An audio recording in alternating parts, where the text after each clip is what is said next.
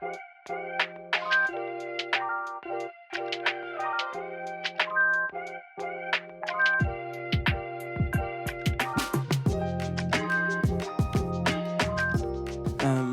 matin, on va parler d'un texte que vous connaissez tous très bien. Vous avez certainement entendu des messages peut-être encore plus profonds et solides que le mien sur ce sujet. Mais peut-être qu'il y a une phrase qui va te toucher. Peut-être qu'il y a un point qui va te percuter. Peut-être le Saint-Esprit va te dire, tu as entendu ça ? Alors juste retiens cette petite phrase, parce qu'il y a quelque chose pour chacun de nous. Amen ? Amen, en tout cas moi je le crois, je l'espère. On a chanté un chant, Yahweh, Johan nous a conduit dans ce chant, et il y avait une phrase qui dit « Tu fais briller sur moi ton soleil ». Je ne sais pas si vous voyez ma tête, je suis un peu rouge, parce qu'hier on était au ski avec les jeunes, et le soleil il a bien brillé.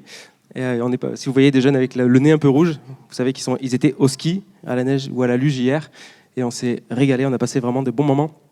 Et juste je pensais à quelque chose, je me sers de ça pour introduire mon message. On était une petite équipe à aller skier, on était à Réalon. Et avec un petit groupe, on est monté, on a pris le télésiège et on est arrivé à ce télésiège-là. Et puis on voyait qu'il y avait un télésiège qui montait encore plus haut. Mais on n'y est pas allé pour différentes raisons. Il y avait de la peur, du vertige pour certains, etc. On savait qu'il y avait plus, mais on ne l'a pas vécu. On savait qu'il y avait encore plus haut. On savait qu'il y avait moyen d'avoir encore une plus belle vue. On savait qu'il y avait quelque chose de peut-être plus extraordinaire. Mais pour différentes raisons, il y a des choses qui ont fait qu'on n'est pas rentré dans ce plus-là. On a pris un petit tire-fesse qui nous a monté un tout petit peu plus, mais on pouvait encore aller plus haut. Et en fait, avec Jésus, c'est pareil. Avec Jésus, je crois que dans nos vies, il y a toujours plus. Je crois que nous pouvons toujours aller plus haut, plus loin dans notre connaissance de qui est Dieu, dans notre vie de serviteur, dans notre relation avec lui, dans l'intimité avec la parole de Dieu. Il y a plus, mais est-ce que nous le vivons ? Ou est-ce que nous restons juste au premier télésiège ? On prend un tire-fesse, le baptême. On prend un autre télésiège, peut-être le service ou le baptême de l'esprit, on va un peu plus loin. Mais il y a plus encore, il y a un télésiège qui monte encore plus haut, mais qu'est-ce qui nous empêche d'y aller ? Peut-être c'est la peur, peut-être c'est la culpabilité, on ne se sent pas capable, ou alors un péché qui nous tient captifs. Bref, je ne sais pas, on va voir où est-ce que le Seigneur nous amène ce matin. Mais ce dont je suis convaincu, et c'est le titre de mon message, c'est qu'il y a plus. Il y a plus pour toi, et c'est maintenant. Je crois qu'aujourd'hui, maintenant, à partir d'aujourd'hui, nous pouvons aller plus loin avec Jésus. C'est extraordinaire, la parole de Dieu, la personne de Jésus, le Père, le Fils, le Saint-Esprit. Il y a une profondeur, une éternité qui fait qu'on n'aura jamais touché le bout. On ne pourra jamais aller au bout. Pour ceux qui ont vu Truman Show, le film, je ne sais pas si certains connaissent ce film-là, il va au bout d'un moment, il touche le bout parce que c'est un faux ciel, bref. Avec Jésus, c'est pas ça. Il n'y a aucun moment où tu pourras toucher, dire « Ah, bah ça y est, je suis arrivé au bout de ce que je pouvais faire, c'est fini ». Non, on peut toujours aller plus loin et vivre plus avec Jésus. Amen. Et je prie que vous en soyez tous convaincus, parce que déjà, si on en est convaincu, déjà on se dit, ok, d'accord, je sais que je peux aller plus loin, je sais qu'il y a plus pour moi. Alors ça va être différent pour chacun de nous, hein. Mais le point, c'est que nous puissions rentrer dans le plus que Dieu a pour nous. Où est-ce que, Seigneur, tu veux m'amener ? Où est-ce que je me suis arrêté peut-être ? Amen, on va là-dedans, ensemble ? J'ai pas d'autre message de toute façon, donc ce sera ça, que vous le vouliez ou non. Et on va lire un texte que vous connaissez très bien dans l'évangile de Jean, chapitre 4, verset 1er. C'est l'histoire de la Samaritaine.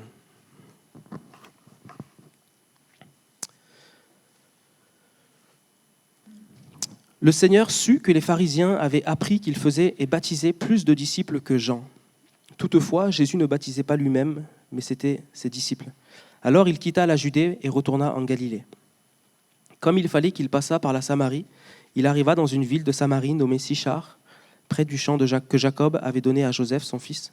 Là se trouvait le puits de Jacob. Jésus, fatigué du voyage, était assis au bord du puits.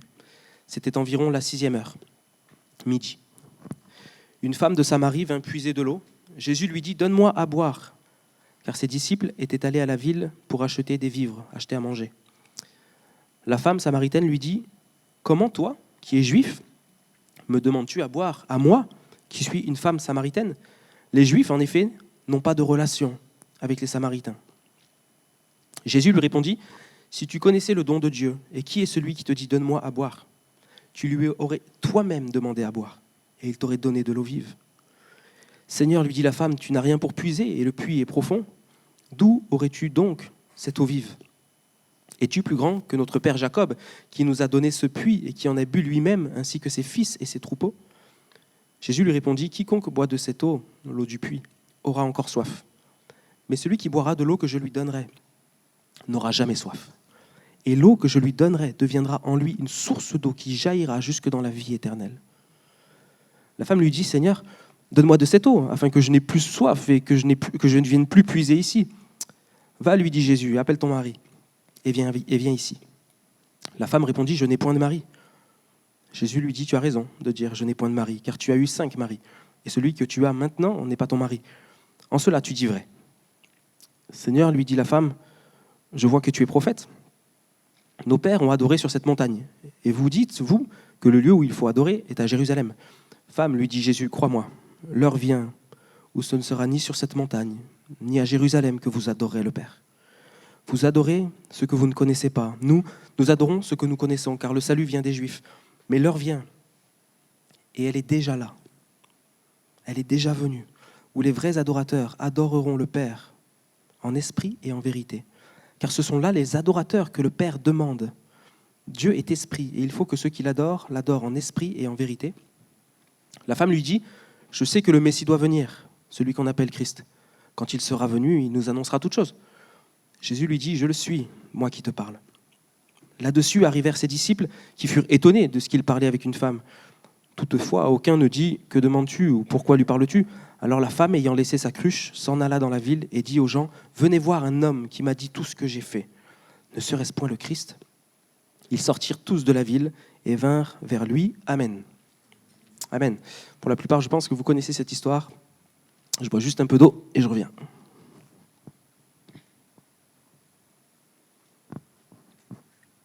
C'est très gênant de boire quand tout le monde te regarde en train de boire. Amen, c'est une histoire extraordinaire. J'aime relire cette histoire. J'aime le cœur de Christ qui ressort dans cette histoire. Tellement de choses, et je vais simplement essayer d'en sortir certaines choses que peut-être vous avez déjà entendues, mais on y va. La première chose qui me frappe, qui me touche dans ce texte, et c'est mon premier point, Jésus s'est abaissé jusqu'à moi pour m'élever avec lui. Jésus s'est abaissé jusqu'à moi pour m'élever avec lui. Je m'explique. Au chapitre 5, au verset 5, nous avons lu, il arriva dans une ville de Samarie nommée Sichar, près du champ que Jacob avait donné à Joseph, son fils. Là se trouvait le puits de Jacob. Jésus, fatigué du voyage, était assis au bord du puits. C'était environ midi. Jésus, fatigué du voyage. On parle de Christ ici. On parle de celui qui est depuis toute éternité. On parle de Dieu. Il est important de comprendre ça. Et on voit ici que dans cette histoire-là, Jésus va transformer la vie d'une femme, et pas que. Parce qu'après, il va y avoir toute une ville qui va être bouleversée par l'évangile. Mais on voit ici que pour que cette femme-là puisse connaître Christ et avoir une vie transformée, Jésus a accepté de s'abaisser sous la forme d'un homme fatigué du voyage. Il s'assoit sur le bord du puits, fatigué. Pourtant, on parle de Dieu ici, qui a accepté de s'enfermer dans les limites de l'homme pour pouvoir venir et être proche de nous, proche de toi. Jésus s'est abaissé pour qu'il puisse nous élever dans une vie avec lui, une vie, la vie éternelle, la vie des enfants de Dieu. Si Jésus était resté dans le ciel, cela n'aurait pas été possible. Mais il est venu et il s'est abaissé. Il a accepté de connaître ce qu'il n'avait jamais connu, les limites de l'humanité. La fatigue, la faim, l'angoisse par moments. On voit toutes sortes d'émotions qui jaillissent de la vie de Jésus dans l'histoire. Jésus a accepté cela pour venir te chercher. Il s'est abaissé jusqu'à toi pour venir te parler, pour venir toucher ton cœur et pour pouvoir t'amener à vivre plus. Comme il l'a fait avec cette femme. Jésus fatigué du voyage. Jésus aurait très bien pu imaginer, je vais venir sur terre, mais je reste pleinement Dieu, je refuse les limites de l'homme, je ne serai jamais fatigué, je n'aurai jamais sommeil. Non, il est venu s'abaisser comme un serviteur. Il s'est abaissé jusqu'à nous. J'aime ce texte, Philippiens 2, verset 6. Lui qui est de condition divine, il n'a pas regardé son égalité avec Dieu comme un butin à préserver, mais il s'est dépouillé lui-même en prenant une condition de serviteur, en devenant semblable aux êtres humains. Reconnu comme un simple homme, il s'est humilié lui-même en faisant preuve d'obéissance jusqu'à la mort, même la mort sur la croix. C'est aussi pourquoi Dieu l'a élevé à la plus haute place et lui a donné le nom qui est au-dessus de tout nom. Amen. Oh, j'aime ce texte parce qu'il nous explique clairement ce que Jésus a accepté de faire. Il s'est abaissé lui-même, il s'est dépouillé lui-même. C'est un choix personnel d'amour extrême qu'il a accepté pour toi, pour moi, pour cette femme ici. Il s'est abaissé pour nous amener plus haut. Et je voudrais juste illustrer ça d'une manière très simple. Shana, je peux demander à ton fils de venir juste là ? Comment il s'appelle ? Kenzo, viens voir. Viens, n'aie pas peur. Regarde, tu restes juste là, ok? Là, tu vois, sur ce carré. Vas-y, mets-toi là. Admettons que moi, je suis Dieu. Et j'ai plus pour Kenzo. Et je pourrais... Bon, là, il est grand. Hein. Je ne vais pas prendre un bébé nourrisson qui ne marche pas. L'exemple aurait mieux marché. Mais moi, je voudrais l'amener plus haut. Le meilleur moyen pour l'amener ici, c'est de descendre, de le prendre avec moi. Vas-y, viens, sinon mon exemple ne marche pas. Et en chemin, de l'amener plus loin. Mais pour ça, il a fallu que je m'abaisse, que je descende. Et c'est exactement ce que Jésus a fait. Tu peux retourner voir maman. Tu peux l'applaudir. Vas-y, tu peux aller voir maman. C'est une image toute simple. Mais c'est ce que Jésus a fait. Jésus s'est abaissé, il est descendu. Il n'est pas resté juste dans son ciel de gloire en disant « Bon petit humain, essayez de monter jusqu'à moi ». Mais il s'est abaissé, il a accepté d'être limité en tant qu'homme pour entrer en contact avec nous. Et rien que ça, moi, ça touche mon cœur, sans parler de la suite. Parce que je vois la valeur que j'ai pour Jésus. Et peut-être, il y a quelqu'un ici, c'est une pensée sur mon cœur pendant la louange, tu ne t'aimes pas, tu te rabaisses tout le temps, tu t'accables de toi-même, tu ne t'aimes pas, tu n'aimes même pas te regarder dans le miroir, il y a un dégoût peut-être de toi-même. Mais Jésus voudrait que tu réalises la valeur que tu as pour lui.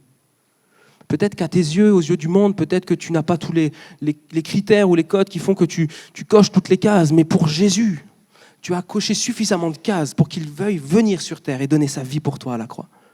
Parce que la valeur que tu as pour Jésus est inestimable. Plus précieux que la gloire qu'il a connue au ciel, plus précieux que sa propre vie.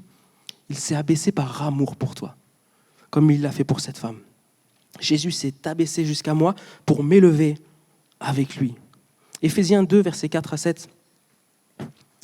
Mais Dieu est riche en compassion, à cause du grand amour dont il nous a aimés. Nous qui étions morts en raison de nos fautes, il nous a rendu la vie avec Christ. C'est par grâce que vous êtes sauvés.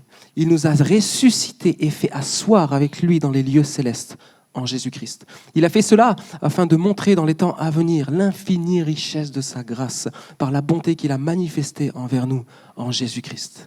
Il nous a fait ressusciter avec lui quand nous venons à Jésus, que nous lui donnons nos péchés, que nous lui demandons pardon pour nos fautes.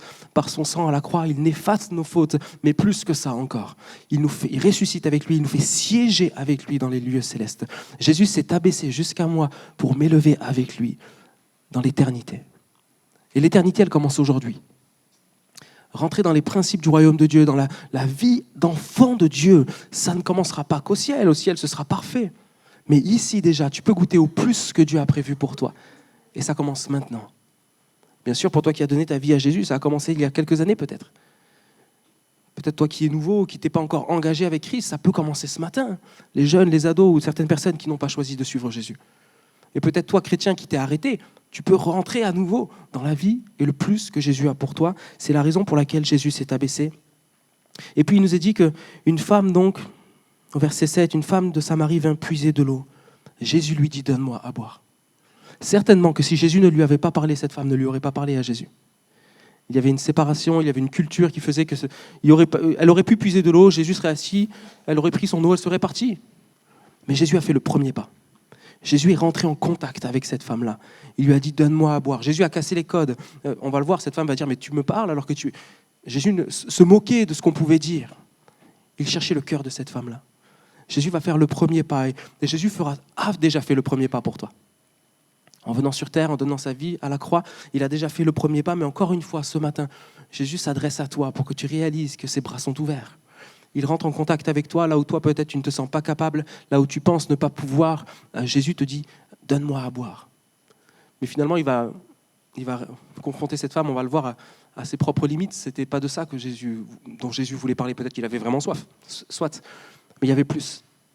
Et Jésus, ce matin, t'interpelle, te parle, parce qu'il veut rentrer en contact avec toi et te faire comprendre qu'il a prévu plus pour toi. Cette femme, elle était là avec sa cruche. C'est l'image de nos efforts, de faire les choses par nos propres forces, d'essayer encore une routine qui s'installe. On fait ça tous les jours. Et puis elle venait à midi parce qu'il y avait une honte sur sa vie de par sa situation sociale. Et elle était dans son habitude comme ça. C'était son train-train. Et puis Jésus vient et tac, il vient comme casser sa routine. où il s'intègre dans sa routine, parce qu'il voulait être en contact. Jésus est là au bon moment. Ce n'était pas une coïncidence. Cette femme n'a pas eu du bol. Mais Jésus l'a aimée au point de venir au bon moment. Un rendez-vous qui a changé sa vie. Et je crois que ce matin, en vrai, chaque rendez-vous avec Dieu, mais là on est là ce matin, je crois que ce matin, ça peut être un rendez-vous qui peut changer ta vie. Pas grâce à moi, pas grâce à une église. Dieu se sert de ces instruments, mais c'est juste par la grâce de Jésus. À cause de lui, grâce à lui, par Christ, ta vie peut changer ce matin. Si tu réalises que ce n'est pas juste un rendez-vous habituel, comme cette femme qui vient toujours puiser son eau et qui repart. Mais elle revient tout le temps, et comprenez, revenez à l'église. Mais là, il y a eu un rendez-vous qui a changé sa vie. Cette femme, on le croit, elle a continué à boire de l'eau, hein. Elle n'est pas devenue un robot. Mais en elle, il y a quelque chose qui a été comblé. Continue à venir à l'église, bien sûr, tu en as besoin. Mais ce matin, tu pourrais vivre un rendez-vous qui peut changer ta vie, si tu ouvres ton cœur. Et mon deuxième point est donc celui-ci, alors que Jésus s'est abaissé pour m'élever avec lui. Et s'il y avait plus que ce que je vis actuellement? Je voudrais que tu puisses te poser cette question. Question que je me pose aussi. Et s'il y avait plus que ce que je vis actuellement? Je parle de ta vie avec Dieu, je parle de ta vie peut-être de serviteur, ta vie d'époux, d'épouse, d'enfant, d'ado, de jeune. Et s'il y avait plus que ce que tu vis actuellement? Je laisse un petit peu, quelques secondes, pour que tu te poses vraiment cette question. Je voudrais vraiment que tu te la poses. Sincèrement, profondément. Pas juste comme ça, bon, j'écoute ce qu'il me dit. Pose-toi cette question. Et s'il y avait plus?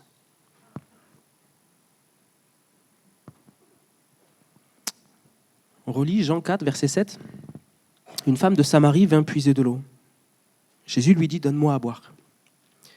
Car ses disciples étaient allés à la ville pour acheter des vivres. La femme samaritaine lui dit, comment toi qui es juif, me demandes-tu à boire, à moi qui suis une femme samaritaine? Les Juifs, en effet, n'ont pas de relation avec les Samaritains. Jésus lui répondit, si tu connaissais le don de Dieu, et qui est celui qui te dit, donne-moi à boire, tu lui aurais toi-même demandé à boire, et il t'aurait donné de l'eau vive. Verset 11, Seigneur, lui dit la femme, tu n'as rien pour puiser, et le puits est profond. D'où aurais-tu donc cette eau vive? Es-tu plus grand que notre père Jacob, qui nous a donné ce puits et qui lui en a bu lui-même, ainsi que ses fils et ses troupeaux? Jésus lui répondit, quiconque boit de cette eau aura encore soif. Mais celui qui boira de l'eau que je lui donnerai n'aura jamais soif. Et l'eau que je lui donnerai deviendra en lui une source d'eau qui jaillira jusque dans la vie éternelle. Amen. Jésus vient et il lui parle d'une autre eau. Il lui parle de quelque chose d'autre. Il lui parle de quelque chose de plus. Il lui parle de quelque chose qu'elle ne connaît pas. Il y a plus pour cette femme. Et s'il y avait plus pour toi que ce que tu vis actuellement? Je m'adresse un instant aux chrétiens. Merci Seigneur pour la repentance, la croix, ta conversion, le baptême, ce que tu as vécu avec Jésus. Et ça, c'est bon et c'est le départ.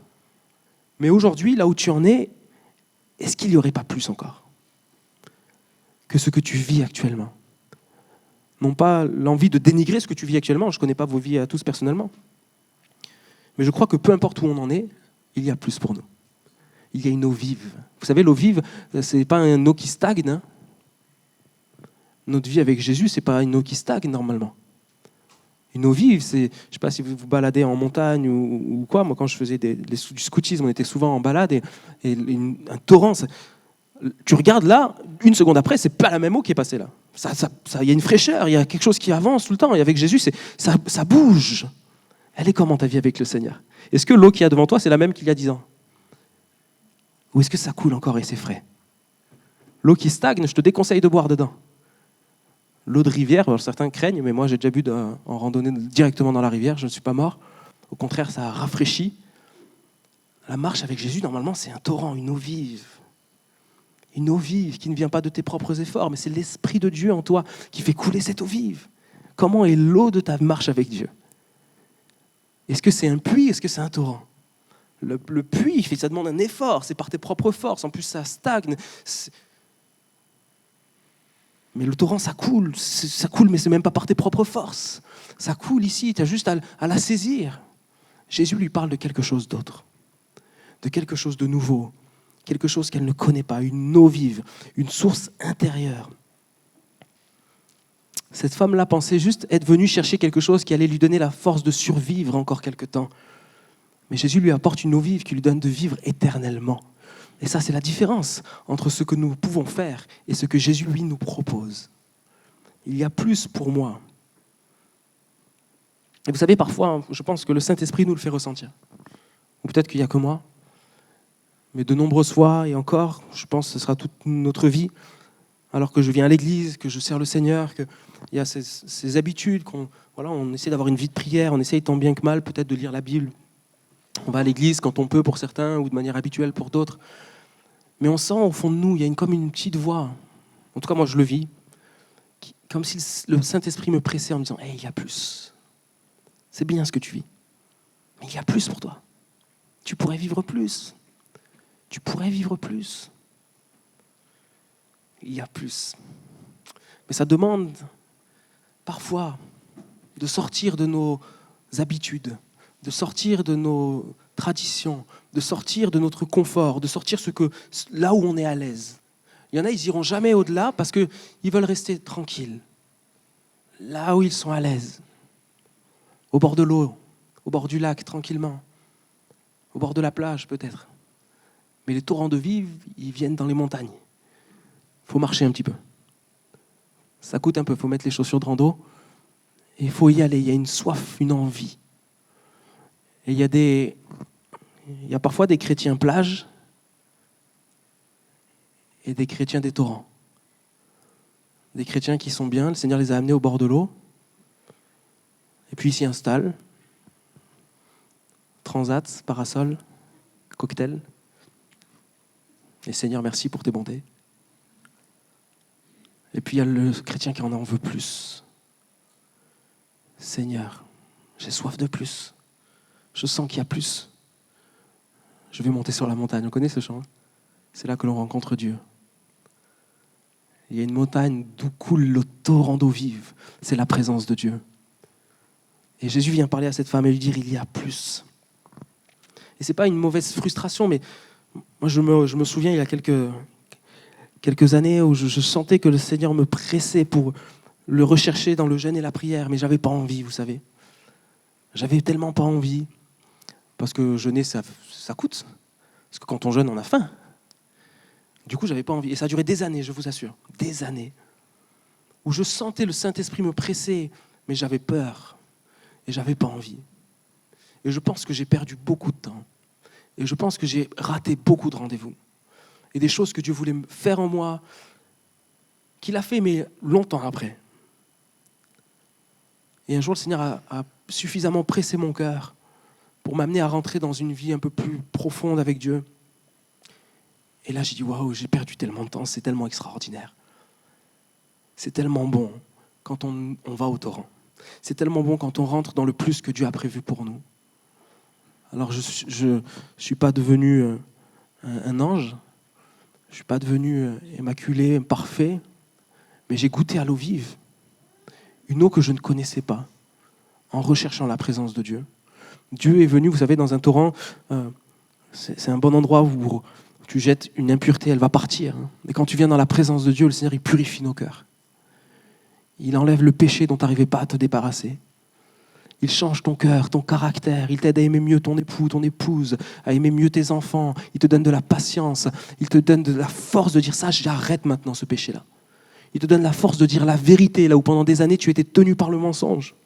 Ça, c'est l'eau vive. L'eau vive. Et Jésus avait prévu plus pour cette femme, et il a prévu plus pour toi. Et ma prière pour ma vie, vraiment, pour ma vie déjà, c'est Seigneur, presse-moi encore. Que je ne m'endorme pas, que je ne stagne pas, mais je veux cette eau vive. Je veux cette eau vive. Seigneur, tu as prévu plus pour moi. C'est une invitation du Saint-Esprit. Et peut-être certains, vous sentez que le Seigneur vous appelle à plus, à prier plus. Et ça vient du fond de votre cœur. Vous, chrétiens, ça ne vient pas d'un pasteur qui vous le dit. Vous sentez que c'est là, c'est presque, ça gêne, quoi.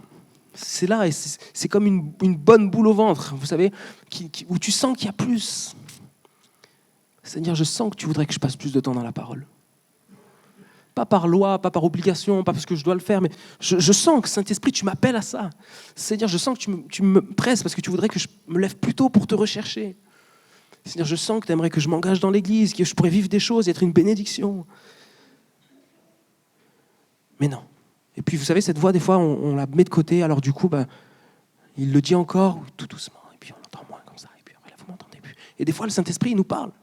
Et ça presse notre cœur. Parfois, c'est après une réunion, un rassemblement, un culte. Le Saint-Esprit nous presse. Et waouh, c'est brûlant. Et cette voix, elle est forte. Et puis le lundi arrive et il continue. Alors, tu te rappelles ce qu'on a dit hier? Et puis mercredi, c'est comme ça. Et puis samedi. Et puis on ne l'entend plus. Parce qu'on n'a pas choisi de répondre à l'appel immédiatement. C'est pour ça que si ce matin, le Seigneur te parle, je t'encourage à répondre à cet appel-là. Parce qu'il a une eau vive pour toi. Il a une eau vive. Je ne sais pas ce que tu es venu puiser ce matin, mais le Seigneur voudrait que tu partes avec cette eau vive. Amen. Et enfin, j'avance, excusez-moi, Jésus, point 3, Jésus vient révéler l'état de mon cœur. Au verset 15, il est dit ceci, la femme lui dit, Seigneur, donne-moi de cette eau afin que je n'ai plus soif et que je ne vienne plus puiser ici. Elle est très terre à terre encore. On est comme ça, on ne va pas la juger. Mais alors que Jésus veut faire quelque chose d'extraordinaire dans sa vie, d'éternel, elle pense juste au fait, ah oui, ça va tellement être mieux quand j'aurai plus besoin de venir puiser de l'eau, j'aurai plus soif, ça va tellement être bien. Mais c'est bien plus que ça. Bien plus que ça. Alors qu'elle revient à quelque chose de très terre à terre, le Seigneur, lui, il va encore plus en profondeur. Ok, va lui, dit Jésus, et appelle ton mari, et viens ici. La femme répondit, je n'ai point de mari. Jésus lui dit, tu as raison de dire, je n'ai point de mari, car tu as eu 5 maris. Et celui que tu as maintenant n'est pas ton mari. À cela, tu as dit vrai. Jésus va révéler ici l'état réel, la vie de cette femme-là. Son but, ce n'est pas de l'accabler. Son but, ce n'est pas de l'écraser, ce n'est pas de la culpabiliser, ce n'est pas qu'elle puisse se dire encore plus, mais c'est vrai, je suis minable. Ce n'est pas ça.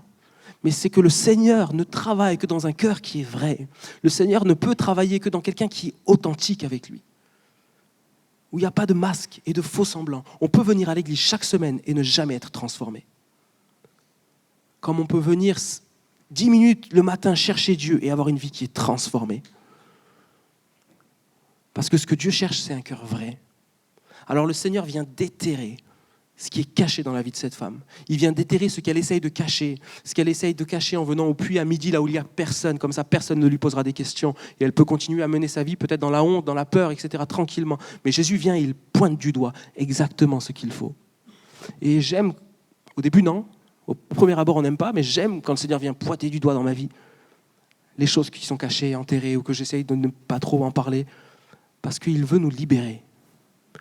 Jésus est venu libérer les captifs. Et vous savez, les captifs, c'est pas forcément un homme qui... c'est très sérieux ce que je dis, c'est pas forcément un homme, un captif, quelqu'un qui est au PMU tous les matins à 7h en train de boire un pastis, et du matin jusqu'au soir. Un captif, c'est quelqu'un qui est tenu dans son cœur par quelque chose.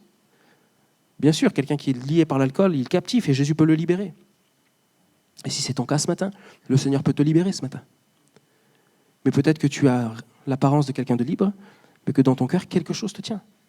Alors Jésus pointe du doigt pour te rendre libre, pas pour t'accabler et te détruire. De la même manière qu'il va dire à cette femme, va chercher ton mari. Il le sait très bien. Il sait de quoi est fait la vie de cette femme-là. Juste, Jésus met un coup de pelle, pas sur la tête, mais pour creuser, pour déterrer et sortir un peu ce qui est caché. La femme répondit, je n'ai point de mari. Excusez-moi. Tu as raison, car tu as eu 5 maris, et celui que tu as maintenant n'est pas ton mari. Jésus vient révéler la réalité de mon cœur actuel. Jésus cherche la vérité, il veut parler vrai avec nous. Et quand Jésus, c'est la prochaine image, quand Jésus va dire, en cela tu as dit vrai, le mot vrai c'est un mot grec, aletes, je ne sais pas si ça se dit comme ça, qui veut dire amour de la vérité, parler avec vérité, être sincère. Et voilà le genre de discussion que Jésus veut avoir avec toi. Une discussion, un échange sur la base de la vérité. La vérité, l'amour de la vérité. Jésus aime la vérité, il est la vérité, le chemin, la vérité, la vie. Et il veut parler avec vérité, avec sincérité avec toi. Voilà pourquoi si ce matin tu es venu avec un masque ou avec ton bouclier pour te protéger, ton armure, et que tu choisis de la garder, il est possible que tu ressortes de ce lieu comme tu es arrivé. Mais si tu acceptes d'être vrai, et oui, peut-être de t'humilier, de t'abaisser pas devant un homme, mais devant Christ, de dire Seigneur, voilà ce que je suis, alors Jésus va pouvoir t'amener plus loin. Il veut toucher ton cœur. Parce que c'est là que ça commence. C'est là que cette eau vive, elle agit. Toucher notre cœur. Voilà pourquoi il révèle l'état de mon cœur. Cette femme cherchait à combler sa vie avec on pourrait croire, en tout cas avec différentes relations qui s'enchaînent. Elle a eu 5 maris, puis là, il y a un 6e homme qui n'est pas son mari. On voit qu'il y a une accumulation d'échecs, une accumulation de tentatives, une accumulation de ça ne marche pas, quoi. Il y a quelque chose qui ne marche pas. On ne sait pas exactement la raison, mais en tout cas, Jésus vient venir toucher sa vie, va la transformer. Et Jésus vient nous chercher dans nos échecs. Il vient nous chercher dans nos tentatives. Il vient nous chercher là où on essaie de se combler par toutes sortes de choses, mais ça ne marche pas. Jésus vient parce qu'il sait qu'il est celui qui peut combler nos vies. Alors il vient nous voir et nous dire, tu as vu là, dans ta vie, toutes ces angoisses qui reviennent tout le temps. Tu vois bien que ça continue année après année. Tu vois dans ta vie le mensonge qui continue à être là. Tu vois dans ta vie cette addiction, ce péché dans lequel tu tombes encore et encore. Tu vois le non-pardon, la colère que tu as envers telle personne. Au fond de toi, tu sais qu'il y a du non-pardon et ça reste là, année après année. Jésus vient, non pas pour t'accabler, mais pour que dans cet endroit-là de ta vie, l'eau vive puisse tout transformer. Parce qu'il y a plus pour toi. Il y a plus que ce que tu vis actuellement. Il y a plus que cette situation dans laquelle tu es. Jésus veut le faire en toi. Pour que tu ne sois plus prisonnier, prisonnière, mais que tu puisses être libre. C'est un programme extraordinaire. Et il n'y a que Jésus qui peut le faire. Et il veut le faire dans ta vie. Enfin, je continue, j'avance. Mon 4e point, il n'y en aura pas 36, ne vous inquiétez pas. Jésus vient et il secoue mes traditions. Jésus vient et secoue mes traditions. Alors que Jésus parle avec elle, en vérité, il vient sur le terrain de sa situation maritale, ses 5 maris, celui qui n'est pas son mari, etc. Il parle vrai, il parle en profondeur, il parle des vraies choses. Cette femme, au verset 19, répond, Seigneur, lui dit, la femme, je vois que tu es prophète. Nos pères ont adoré sur cette montagne, et vous dites, vous, que le lieu où il faut adorer... Ah, ça va s'afficher. C'est juste derrière, normalement, non? Sinon, vous prenez vos... Ouais, merci, t'es au top. Seigneur, lui dit la femme, je vois que tu es prophète. Nos pères ont adoré sur cette montagne, et vous dites, vous, que le lieu où il faut adorer est à Jérusalem. Femme, lui dit Jésus, crois-moi, l'heure vient où ce ne sera ni sur cette montagne, ni à Jérusalem que vous adorerez le Père.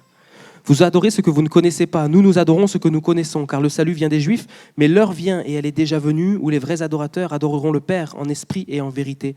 Car ce sont là les adorateurs que le Père demande. Dieu est esprit, et il faut que ceux qui l'adorent en esprit et en vérité. Amen. Alors que Jésus cherche à parler à son cœur, à atteindre son cœur, à aller dans les vraies choses de son cœur, on voit que le réflexe de cette femme, c'est de parler tradition, de parler religion, de parler de fonctionnement, forme, comment ça doit se passer, où est-ce qu'il faut le faire. Quel est le bon lieu, quelle est la bonne forme, quelle est la bonne tradition, qui a raison, qui a tort. Mais Jésus lui dit, écoute, l'heure vient et elle est déjà là. Où ce que Dieu recherche, ce sont des adorateurs en esprit et en vérité. Ce n'est pas le lieu, ce n'est pas la forme, ce n'est pas les traditions, ce n'est pas la culture, ce n'est pas l'habitude, c'est un cœur. Un cœur entier, un cœur vrai, un cœur tout entier, un cœur qui s'attache à la présence de Dieu. Voilà les adorateurs que le Père demande. C'est ce que Dieu demande, c'est ce que Dieu recherche, c'est ce que Dieu désire. Alors Jésus ne méprise pas l'histoire, Jésus ne maîtrise pas les traditions, il ne maîtrise pas les habitudes, etc. Mais il ne veut pas que nos habitudes, notre culture deviennent une prison pour nous. Parfois, nos cultures, nos traditions, notre manière de faire, nos formes peuvent nous enfermer dans une eau qui stagne. Mais je répète, Jésus n'est pas contre les habitudes, Jésus n'est pas contre la culture, Jésus n'est pas contre certaines traditions, mais il ne faut pas que notre culture, nos traditions, nos habitudes deviennent un endroit qui nous cloisonne et qui nous enferme là où l'eau vive ne peut pas venir. Ça ne doit pas devenir un barrage. Ça doit être un moyen. Nos habitudes, notre culture doivent être un moyen pour que l'eau vive coule et pas un barrage dans nos vies qui nous empêche de vivre plus. Et Jésus vient auprès de cette femme alors qu'elle lui dit, mais alors voilà comment on doit faire, est-ce que c'est là-bas, est-ce que c'est ici, vous vous dites ceci, vous vous dites cela. Jésus lui dit, c'est ton cœur que je veux. C'est ton cœur que je recherche. C'est une question de cœur. Parfois, sans nous en rendre compte, nous pouvons nous attacher plus à la manière de faire les choses qu'à la présence de Dieu elle-même.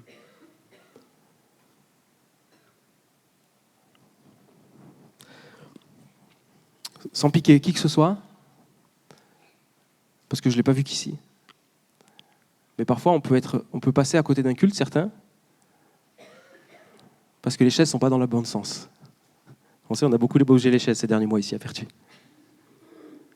Mais si les chaises nous font passer à côté de notre temps de culte, c'est quand même pas normal.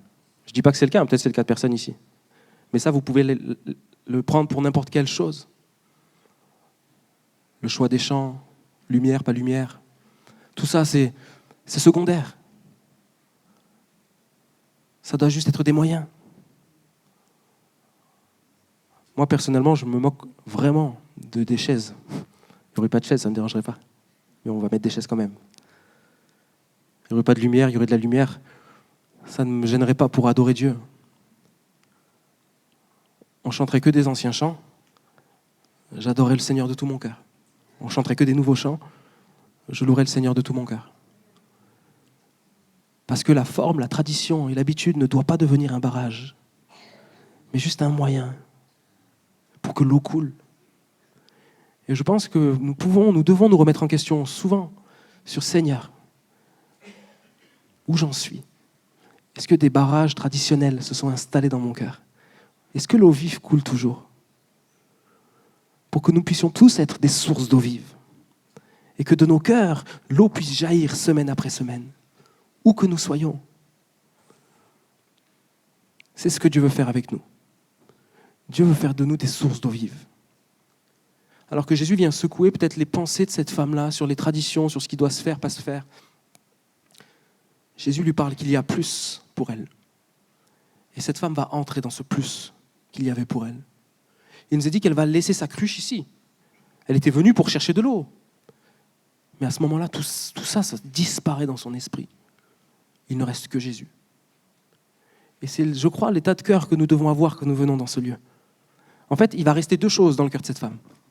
Jésus et les autres. Parce qu'il nous a dit qu'elle va lâcher sa cruche, là où elle était venue chercher de l'eau pour elle, elle la laisse, et elle va dire aux autres qu'elle a trouvé Jésus. Jésus et les autres. Et je crois que c'est ce qui doit animer nos vies. Je crois qu'un chrétien, un disciple, c'est quelqu'un qui vit pour Jésus et qui se met au service des autres. Je ne vis pas pour moi, je ne vis pas pour mon train-train, ma petite eau à moi, mais je deviens une source d'eau vive par Jésus qui vit en moi. Christ en nous, l'espérance de la gloire. Alain l'a lu tout à l'heure. Et je deviens une source d'eau vive pour les autres. Cette femme qui essayait de cacher sa honte, elle va dans la rue et elle va dire « venez voir celui qui m'a dit tout ce que j'ai fait ». À ce moment-là, elle ne cache plus son péché. Elle dit juste « j'ai trouvé Jésus ». J'ai trouvé celui qui libère. J'ai trouvé celui qui a ôté ma honte, celui qui a ôté ma culpabilité.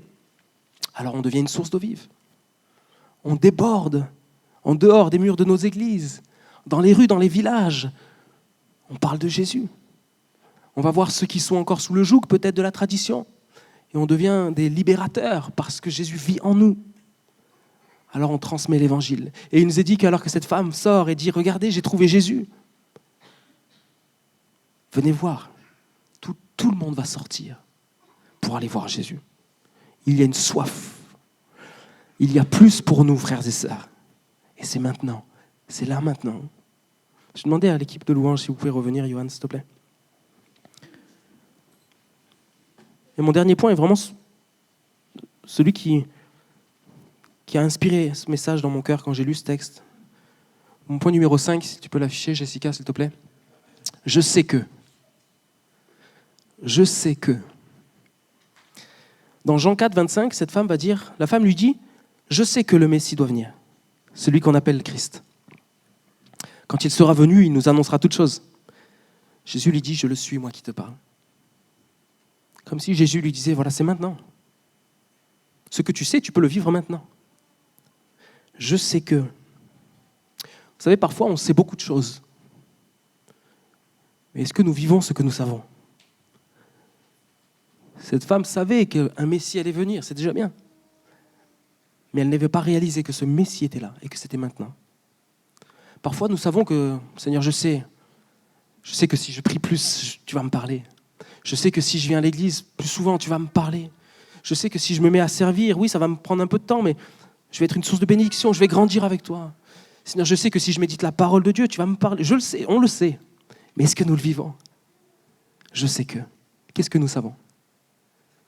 Seigneur, je sais très bien que si je vais parler de toi à mes collègues de travail, alors je sais que peut-être certains vont se moquer, mais je sais que peut-être il y a quelqu'un qui va être sauvé. Et alors fais-le. Je crois que nous devons être des faiseurs et pas non des savants. Pas de ceux qui jouent, je sais que. Il y a des gens, ils pourraient nous dire qu'ils savent plein de choses, ils pourraient parler mieux de la Bible que moi, largement. Mais moi, ma prière, Seigneur, c'est ce que je sais, ce que j'ai compris, je veux le vivre. Je sais 2 trucs, Seigneur, mais je veux le vivre, ces 2 trucs. Si je sais qu'une chose, Seigneur, je veux le vivre. Je ne veux pas savoir et rien faire. Cette femme savait que, mais elle ne le vivait pas jusqu'au moment où ses yeux se sont ouverts et elle a commencé à rentrer dans le plus. Et peut-être que nous savons des choses, mais il est temps pour nous de rentrer dans ce plus-là. Et je veux faire juste un petit peu d'humour. Est-ce que vous connaissez les démonstrations mathématiques? Alors, il y a Alain qui fait comme ça. Alors moi, je me rappelle, quand j'étais assis à ma chaise, ouais, ça s'affiche derrière moi. C'était un peu ma tête, vous voyez. Je me rappelle quand je sais pas c'est peut-être en 5e, je sais pas trop c'est en quelle classe qu'on fait ça. Je me rappelle, j'étais avec ma prof de maths, Madame Fabran, je crois. Et il y avait ces trucs-là où on devait dire, on sait que nanana, or nanana, donc, et là je vous le lis, on sait que MA égale MB et que NA égale ND. Or, si un point se situe à égale distance des extrémités d'un segment, alors ce point appartient à la médiatrice de ce segment. Donc M et N sont 2 points de la médiatrice de AB. Donc MN est la médiatrice du segment AB. Ceux qui sont au collège, là, ils me haïssent. On sait que MN est la médiatrice de AB. Or, la médiatrice d'un segment est la droite perpendiculaire à ce segment. Passant par son milieu, donc MN est perpendiculaire à AB. Bon, bref. Et moi, je me rappelle quand j'étais à l'école, j'écoutais ça et je comprenais rien. C'était, enfin pour vous dire, c'est un des seuls trucs qui m'a marqué, quoi. C'était un moment d'angoisse pour moi. Je devais dire on sait que, mais je comprenais rien. Clairement, c'est ça. Tout ça pour vous dire quoi? C'est que parfois on peut savoir, mais on ne comprend pas vraiment. Je sais que MA, ok d'accord, mais en fait je ne comprends rien. Et parfois je sais que si je prie plus, je vais vivre plus, Seigneur. Je sais ces choses-là. Mais il y a un truc qui bloque, j'avance pas. Je suis bloqué dans ma marche avec toi. Je sais que.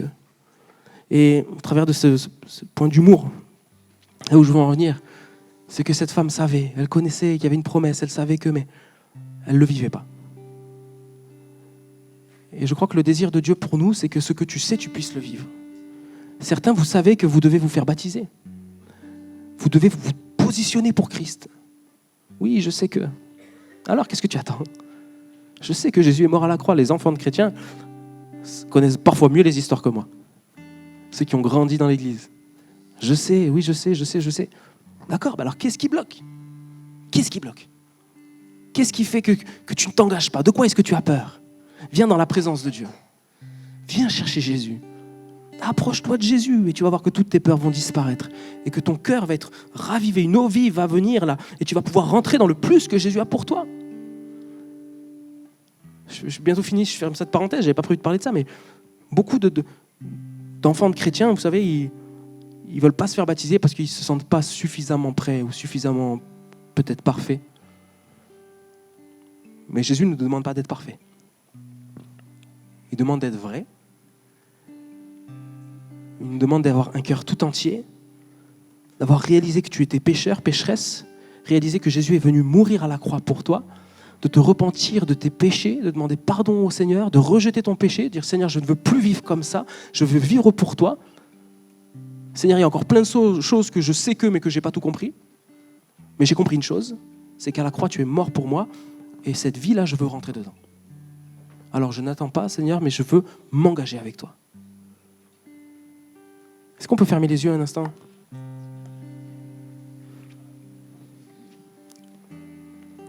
Je voudrais faire un appel, je ne vais pas vous inviter à venir sur le devant. Je voudrais juste vous inviter à vraiment fermer vos yeux, autant pour vous concentrer que pour respecter aussi l'intimité de tous. Mais simplement, je voudrais t'inviter dans une prise de décision. C'est ok, tu n'as pas tout compris, tu ne sais pas tout, tu n'es pas parfait, on le sait, on est tous pareils. Mais simplement, si tu sais qu'il y a plus pour toi, et dans un domaine de ta vie, tu sens que Jésus t'appelle à passer une étape supérieure, à aller plus loin. Je voudrais t'inviter simplement à te lever à ta place pour dire Jésus, je veux répondre à cet appel. J'ai soif de plus de toi. Peut-être que toi, c'est parce que tu sens que Dieu t'appelle à prier plus, à le rechercher plus, à aller plus loin dans sa parole, peut-être dans la prière, le jeûne, la prière, dans l'engagement, le baptême, l'obéissance, laisser un péché, la vérité, dire la vérité à quelqu'un. Voilà, si c'est ton cas, tu peux simplement te lever à ta place. Je voudrais juste prier avec toi. Jésus ne te juge pas, t'accable pas. Tel que tu es, viens, comme on l'a chanté. Tel que je suis, Seigneur, je viens. Je viens devant toi, tel que je suis, Seigneur. Sans rien à moi, tel que je suis, je viens. Voilà, ne résiste pas, sois simple devant Jésus. C'est pas devant moi que tu te lèves, c'est devant Jésus. Comme un engagement, comme si tu marques ce moment en te levant. Comme pour dire, Seigneur, hey, je suis là. Je veux répondre à cet appel, j'ai soif de plus. Peut-être qu'il y a de la peur dans ton cœur. Tu te dis, ouais, mais je vais me lever, mais demain, je ne vais pas y arriver. Pose-toi pas toutes ces questions-là. Juste regarde à Jésus, réponds à Jésus, réponds à l'appel du Seigneur.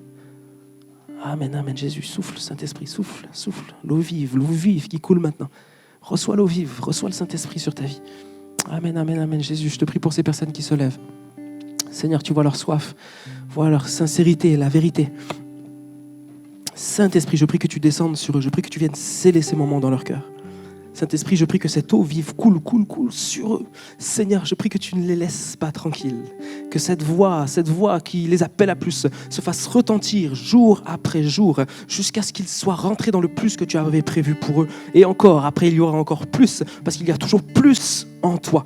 Seigneur, comme cette femme qui a laissé sa cruche, tu les appelles à laisser quelque chose. Tu les appelles à peut-être déposer leurs habitudes, à déposer leur honte, à déposer leur tradition, ce qu'ils faisaient leur vie, Seigneur, pour rentrer dans le plus. Tu veux faire d'eux des instruments entre tes mains. Tu veux qu'ils deviennent des sources d'eau vive. Si quelqu'un a soif, qu'il vienne à moi et des fleuves d'eau vive jailliront de son sein. Seigneur, tu veux les utiliser. Seigneur, nous chassons maintenant la honte dans le nom de Jésus. Par ton sang, par ta grâce, nous chassons la honte.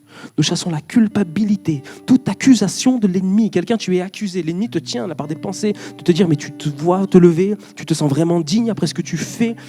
Chasse ces pensées accusatrices qui ne viennent pas de Dieu, mais le diable ne veut pas que tu rentres dans le plus qu'il a prévu, que Jésus a prévu pour toi. Chasse ces pensées, lève-toi à ta place. Rejette les mensonges, rejette la culpabilité. Ça ne vient pas de Jésus, ça. Chasse ça. Réponds à l'appel de celui qui t'appelle. Réponds à l'appel de celui qui t'aime. Réponds à l'appel de celui qui ne te juge pas, mais qui te parle en vérité. Seigneur, bénis ton Église. Oh Jésus, Jésus, bénis ton peuple. Voilà, alors que Johan va nous conduire dans un dernier chant. Je pourrais quand même me tenir sur le devant, voilà, avec Alain. J'avais dit que je ne le ferais pas, mais je vais le faire quand même finalement. Mais pas pour tout le monde. Mais si tu as besoin qu'on prie avec toi, qu'on scelle ces moments avec toi dans la prière, tu peux t'avancer sur le devant. On va juste prier avec toi, prier pour toi. Que le Seigneur vienne te fortifier, t'encourager. Voilà, pendant ce chant, tu peux t'avancer simplement.